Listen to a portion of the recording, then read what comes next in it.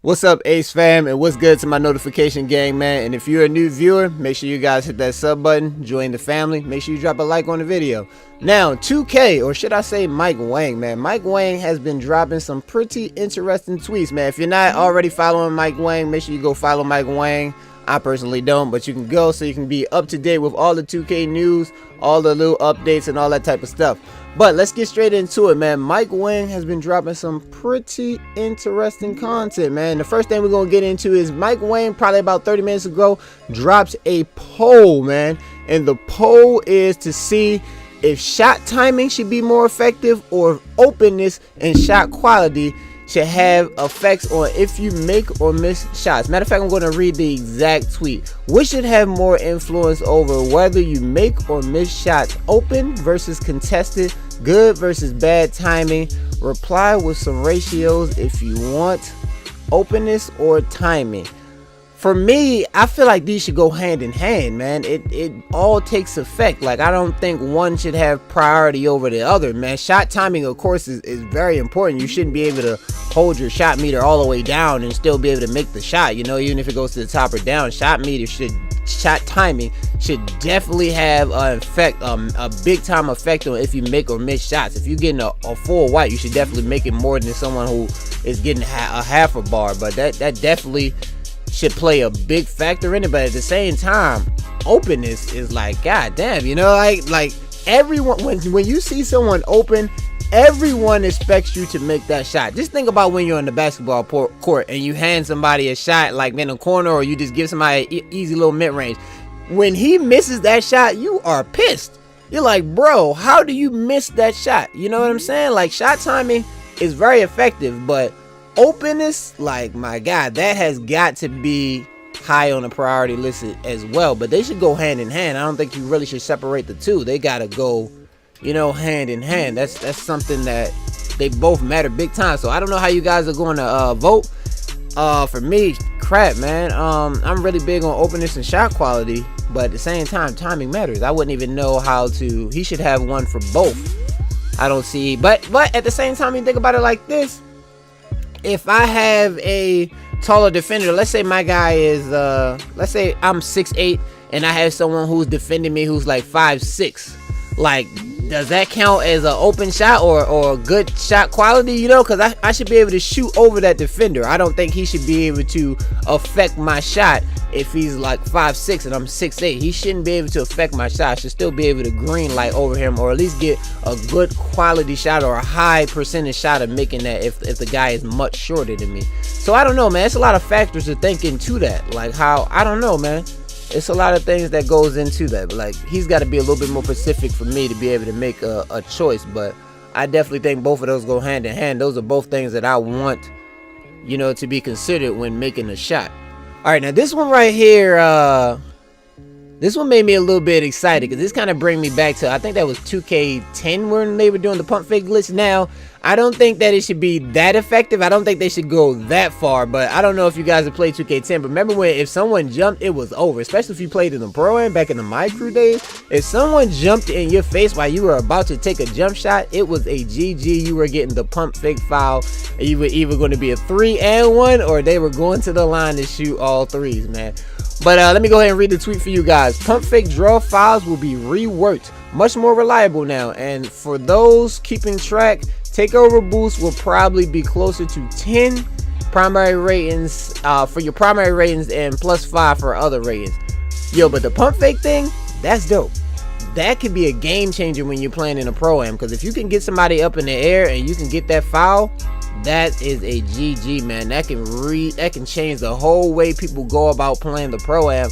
But I don't want them to do this thing where back in the 2K10 days, like I was saying, people would drive to the paint and get centers to jump. You know centers are going to jump. Like, there's no getting around that. Center, somebody is jumping in that paint and you could just get an easy pump fake foul. Like, that's such a bailout move. I don't think it should be that effective. I mean, if you get someone into it, okay, but I don't think you should be able to get it every single time, because that's like an exploit. That's just a bailout, you know. you should be able to, if you do have it like that, you got to rework the way that you jump. Like make it so people can jump straight up or you can jump forward. I mean, you got to give people the opportunity to choose which one they want on defense, because when you're pressing triangle, you just got to go with the animation that they give you. So if they make you go forward, you just automatically get caught into the pump fake animation, you know, and then it's over for you. So that's something that they got to really work on. I don't know how they're going to do that, but I mean, I'm going to give them the benefit of the doubt and say that it's good. Now for the takeover boost thing, it boosts plus 10 to your primary ratings, and then plus 5 to your other ratings. So what I'm guessing, if you're a playmaker, you get like plus 10 to your dribbling and passing and stuff like that, and then like maybe 5 to your outside shot or mid ranges and stuff like that. That's dope, man. That's dope. I don't know, could that be a little bit OP?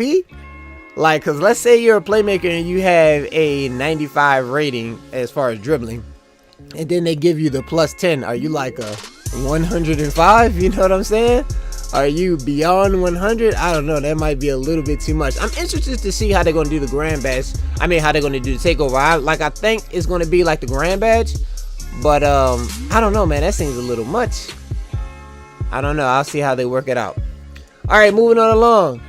Now, this is the one that is going to shake the 2K community up. I feel like this one right here is going to suck the fun out of so many dribblers. This year might be the year that people choose other archetypes, or dribbling will not be a priority. Because, you know, in every past 2K, dribbling has always been the priority. People always make builds so you can be able to dribble. Now, I'm not saying you're not going to be able to dribble at all, but you're definitely going to have to rework the way that you dribble. Now, let me go ahead and read the tweet for you guys. New dribbling fatigue model in 19. If you over dribble, your ball control will drop and your moves will degrade in speed, effectiveness. So spamming too many moves will drop the dribble tier and eventually cause you to fumble the ball. Need to be efficient with the ball this year. Now, this is all I'm thinking when I think about that. How do you rate what's a dribble move, or how do you rate how many dribble moves you can do before it drops? Because, like, do you count the dribble moves? Like, do you go 1, 2, 3? Like, all right, he only can do 10 dribble moves before we drop him down 2 tiers, or before we drop him down a tier. How many dribble moves can you do before you drop down? Is it one of the things where they depend on the fatigue bar? Like, if your fatigue bar goes all the way down, then you drop a tier? Are you counting? Like, that's what I want to know. Are you counting the dribble moves? Are you depending on the fatigue bar? And then, what dribble moves cost the most energy? Like, are different dribble moves take away more energy? Like, if I do a momentum cross, would that take away more energy if I just do a size up? You know, he got to be a little bit more specific for me, man. I need the info on this. I don't know, because then you can kind of efficiently use your bar if you know what energy you're going to be using, or if you know how many moves you have. Like, all right, if I only got 5 moves, I'll just hit them with an in and out and a momentum cross, and then I'll try to get to the rack. Or if it's like, all right, I know momentum crosses are going to take this much energy, I'll only do 1 momentum cross this time, and I'll just do the rest. And then, what counts as a dribble move? Are hop steps considered dribble moves? Can you just like spam hop steps back to back? Because you know those are just as effective as dribble moves. Can you spam hop steps and it does not take your energy away, or it does not make you drop a tier? What counts as a dribble move? Because it's like we be doing some stuff that are not dribble moves, but we use them as dribble moves, like I said, with the hop step. So I don't know, man. He's got to get a little bit more specific for me. But this right here is going to, I feel like it's going to definitely suck the fun for a lot of people. Me, I'm not going to lie, I'm all for this. I can dribble, but I never was really a dribbler. I'm much more of a shooter. But if I do dribble, I like to do legit moves. Because let's be honest, my guy, there is no such thing as speed boosting in real life. And I understand you're like, yo, but this is a game, you know, you want to have some fun. But this is like, if you're trying to make a simulation game to make it as real as possible, like, then we gotta cut that. Y'all know that's an exploit. You know it is. Don't even lie. You know it's an exploit. You like to use it, but you know it's an exploit. You can't do that shit, man. You can't just be running next to somebody and then, you know what, speed boost on your bitch ass, I'm out of here. You know what I'm saying? You can't do that. You can't do that, man. So yeah, that's gonna be tough for a lot of dribblers. So what I would recommend that you guys do is start practicing some efficient dribble moves, man. Just do 1 or 2, 3 dribble moves and then try to get to the rack, man, because this is gonna be tough this year. You have to be efficient with that ball because it's going to drop tiers. What I think too, I think it's going to more so drop your rating. I don't think it's just going to drop the tier. I think it's going to more so drop your rating, because that'll probably be a little bit more difficult to drop the tier and keep your rating the same. So I think it's more so going to drop your rating, and once your rating drops, that's when it'll put you in different tiers. But I did hear though when they were doing this, if the ball touches somebody, like if it runs into a chest, now you will drop the ball. So what I'm thinking is once your tier drops, ooh, it's gonna be over for you, man, if you got a good defender, especially if you got a lockdown defender on you.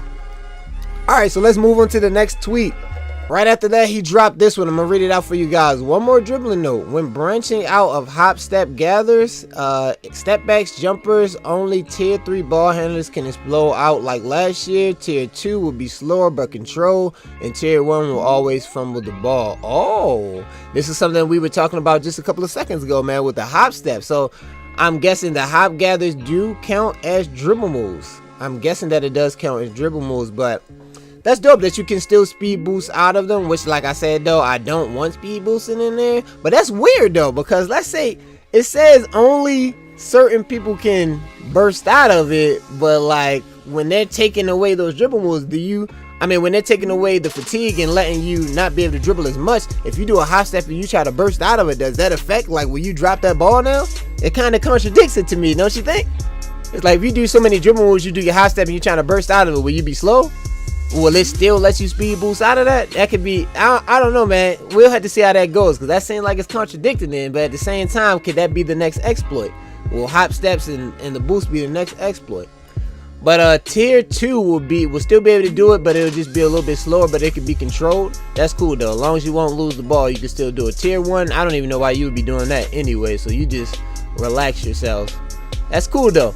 But yo, what do you guys think, man? Do you think this was dope moves by Mike Wang in 2K? Do you think these were dope? Do you guys like it? Do you guys disagree with it? What do you guys want to see in the next 2K, man? I don't know how I feel about it. As far as the shooting goes, that one's going to be tough for me. I'm all for the dribbling, making it a little bit more efficient and stopping the dribbling as much.